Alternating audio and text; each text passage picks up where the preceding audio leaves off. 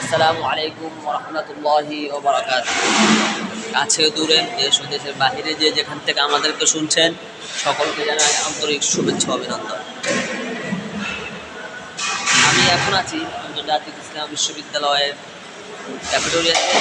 এই ক্যাফেটেরিয়াতে খুবই স্বাস্থ্যসম্মত এবং সাশ্রয়ী মূল্যে খাবার দেওয়া হয় স্টুডেন্ট এবং টিচারদেরকে, এবং খুব পরিষ্কার পরিচ্ছন্ন পরিষ্কার রাখা হয় এখানকার এই যাবতীয় খাবারের প্লেট, পাতিল ইত্যাদি সরঞ্জামাদি।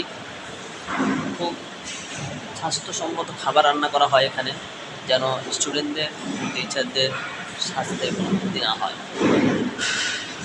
এবং যেমন স্বাদেও সুস্বাদু তেমন খাবার হচ্ছে যে মূল্যও অনেক কম, মাত্র 60 টাকায়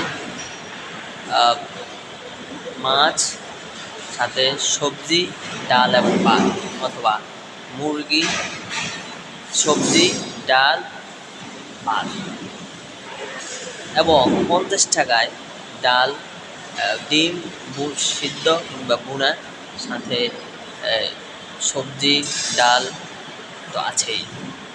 তো দেখেন, এই যে আমাদের ক্যাফেটেরিয়া পরিষ্কার করতেছে অনেকেই, ওদিকে রান্নাবান্নার কাজ চলতেছে, রান্না করতেছেন অনেকেই।